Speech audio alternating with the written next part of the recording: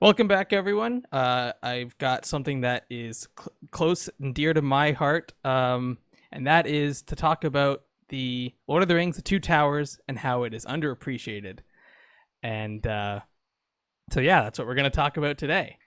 Um, I think it is unfairly not mentioned when people talk about the best sequel movies or bridge movies in a trilogy. Um, and I think people need to start mentioning it in the same breath as they do Terminator 2, Empire Strikes Back, and the couple others, Godfather, whatnot, that are also part of that list. People often forget the Two Towers for some reason, except when they talk about the trilogy as a whole, they say the whole thing's a masterpiece. And so I think people just forget that Two Towers is a movie because they view the trilogy as one gigantic movie, like I know a lot of us hmm do. Um, and so, yeah, this article kind of goes into some great detail about how um, it's not just a bridge movie. And I think a lot of people who watch Lord of the Rings know that it's not just a bridge movie. Um, and they also know that, like, as a bridge movie, you wouldn't have your probably your best battle scene in your bridge movie. hmm The Helm's Deep is probably one of the best battle scenes on screen. For me, it is. Uh, but I know it's up there for a lot of people. Yep. Um, but yeah, what are your thoughts? When I was a kid, Two Towers was my favorite. Um, now that I'm older, I think Return of the King is my favorite for the endings, and so yeah. But obviously, I watch all the movies in one go usually. At least I try to, and so I view them all as one movie. But Two Towers is definitely underrated when talking about sequels. Yeah. Yeah. I don't have a strong take. No. Uh, I yeah, I am kind of a watch them all at once Mm-hmm. person. I don't know. I liked Fellowship a lot when they all came out for some reason. Um, Even though it doesn't have the big Helm's Deep or the big Minas Tirith battles, but yeah, no, but I agree with the spirit that Two Towers is not just a bridge film; it's a fantastic standalone masterpiece unto itself. Yeah, I think that's also a big part of this is that a good sequel can't just be a continuation, although it is necessarily a continuation, but it also you need to be able to draw in people that didn't see the first one. Oh yeah, no, I could just throw on Two Yeah, Towers without watching Fellowship, and it'd be exactly. fine. Yeah. Um, and I think that's, I mean, obviously Terminator 2 is the one that everyone looks to because it is unarguably the better Terminator of 1 and 2. Terminator 2 is Yep. the best Terminator film out there.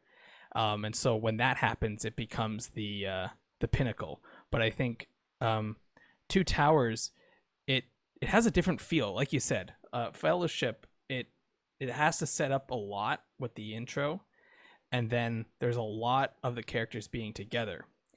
And when they get separated at the end, spoilers, I mean, come on, people, this is hmm 2021. You've seen Lord of the Rings. When they hmm get separated at the end of Fellowship, the movie cannot continue. Like the next movie can't be the same movie as before.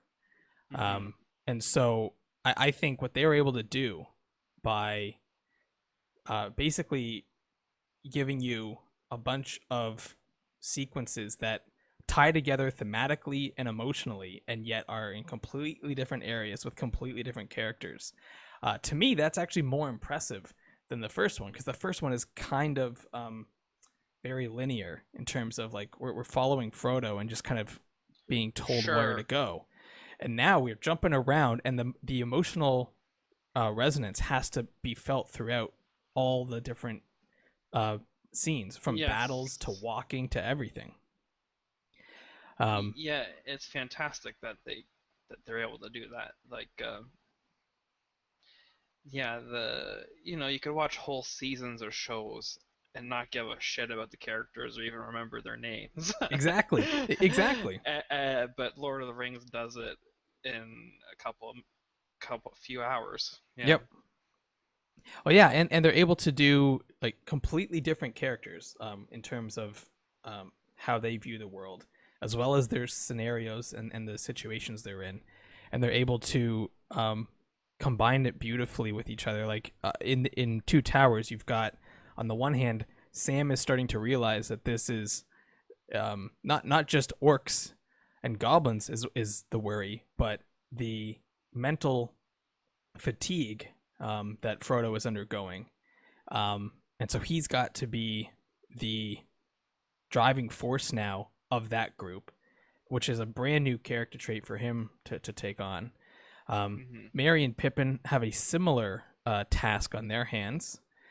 And then obviously we have the Helm's Deep battle where we really get to see some of those characters really come out as heroes of what will become folklore for those people who are at those events. Um, Hmm. and so all of these characters are growing at the same time, but in different ways, and yet it comes together in one beautiful movie. And I think movie two in a trilogy has a lot of development for the end because they've got to start planting the seeds. And I think um, I think Two Towers, because it has to do that, it does a lot with what it basically is forced to do, which is set up Frodo's kind of demise mentally. It's got to set up Aragorn sort of becoming a leader as we start to see him in Helm's Deep start issuing orders.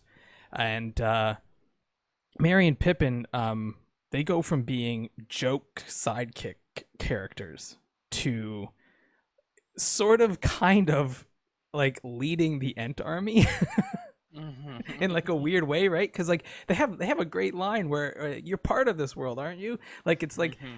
it's that like they realize that there's no one there but them, and they have to Hmm. stand up. And so all these characters coming together, and it's beautiful. And you don't really get that in Fellowship, although you do get some really really fun moments in Fellowship. But this is when the characters start to come out of their shell, and then obviously in the Return of the King, that's when we get the full you know cathartic release of these characters really becoming who they are. And so Two Towers is always going to have to it's always going to be below the trilogy or the ending of the trilogy because it's setting up that. And so a lot of people are like, oh, let's just get to the end. I'm reading some of these comments, and some people are saying, no, I fast forward through a lot of these moments. I don't know how you do that, because without those moments, the payoff to me, you need those moments. Otherwise, you know, you're kind of just you're asked to believe as if you were the innkeeper in Bree that this ranger from the north is now king, and you don't see that development, and so you have the same exasperated, confused expression he has in the books, where he's like, "You mean he's been here this whole time?" And he's that sketchy looking guy over in the corner. That we call Strider. That, yeah, we call Strider. Like it, yeah. You've got like without those moments in Two Towers, and that's why Two Towers I think helps itself with the battle scenes, but I think the setups are perfect. Um, and they're underrated for that reason, and a lot of people love Empire Strikes Back because of those setups of Luke and Vader. And I think Two Towers does it equally as good as that. So yeah, I want to start hearing people when they're talking about good sequels. I want them to start talking about the Two Towers when they start mentioning these other movies, because it it it needs to be reinforced how good this trilogy is, and each movie is good in its own right. Hmm. Um, but yeah, let us know in the comments what you guys think. What is your favorite movie of the trilogy? If you had to pick one, gun to your head, you have to pick one. You can't say all three. Um, I'm interested to know because that's a tough question. You're stranded on a desert island and you can only take one. Yeah. I think I'd take Return of the King just so you know it ends. But Well, I mean, you know how it ends, so I guess you don't need that ending. But I actually we'll talk about it later. But I like the ending to Return of the King, and I will push back on all the haters who say the ending is too long. well, I'm interested in what you have to say. Yeah. All right. Yeah. Until next time, remember to like the video, subscribe for the next installment, and we will see you all next time.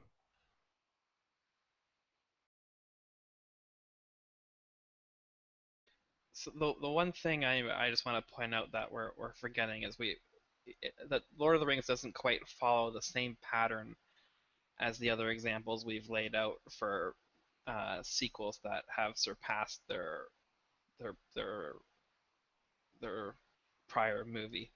So if you look at say Aliens or Terminator 2, or one we forgot to mention was the Mad Max movies, Mad Max Oh yeah. 2. Um, they're their their sequels to the original movies were actually quite low budget, like very low, but like quite well. I don't know if Star Wars is low budget, but It was lower budget though. They were th- yeah. but the sequels are kind of they've attracted investors. So this was the sequels. The reason they were better in some cases because they had money at that time. Lord of the Rings was filmed in one shot, and they had money the whole time. Yeah. No, I think that's really interesting to note. You're right because it's actually much more impressive that Two Towers is on par at least. No one can deny that it's on par at least with Fellowship. When they had like similar budget. I mean, they had a budget for the overall trilogy, and so he just portioned it up. But um, the fact that he was able to pull off a movie that didn't rely, like you're pointing out, on having an increase in budget um, is a testament to the storytelling techniques that he's utilizing in this trilogy and in that movie in particular, knowing it's a setup movie for the end, but also must build upon the pre-established characters, arcs, and emotional beats of the previous movie without muddying the water. And I think that's important about a good sequel, and especially a good bridge movie, is it doesn't kind of just basically retcon some new character traits in. You have to develop those and grow those as a character. But yeah, that's a really interesting point that I wasn't even thinking about. And also, yeah, good call. Mad Max is should be up there as well in terms But of great sequels. I think Mad Max the original the budget was like $100,000, and it made hundreds of millions. I think in terms of percentage return, it's still the record holder of like all time for movies of in terms of return on investment for how much the Oh, movie cost interesting. them. Yeah, I do wonder too, because you always see like, oh, this is like the highest grossing movie. Are they taking into account budget for that, or are they just saying it made this much money, but it may have cost the same amount of money to make? Yeah, yeah. So I think Mad Max being 100,000, and I'm making numbers up a little bit, but costing 100,000 and say making 100 million, that's what a, th- a thousand x Yeah, on return. Like that's that's pretty pretty good. good. Yeah. Yeah, I have to pull up some of these numbers and throw them in the description. But yeah, anyway, I like that just addition because it is pretty neat to think about that. Mhm.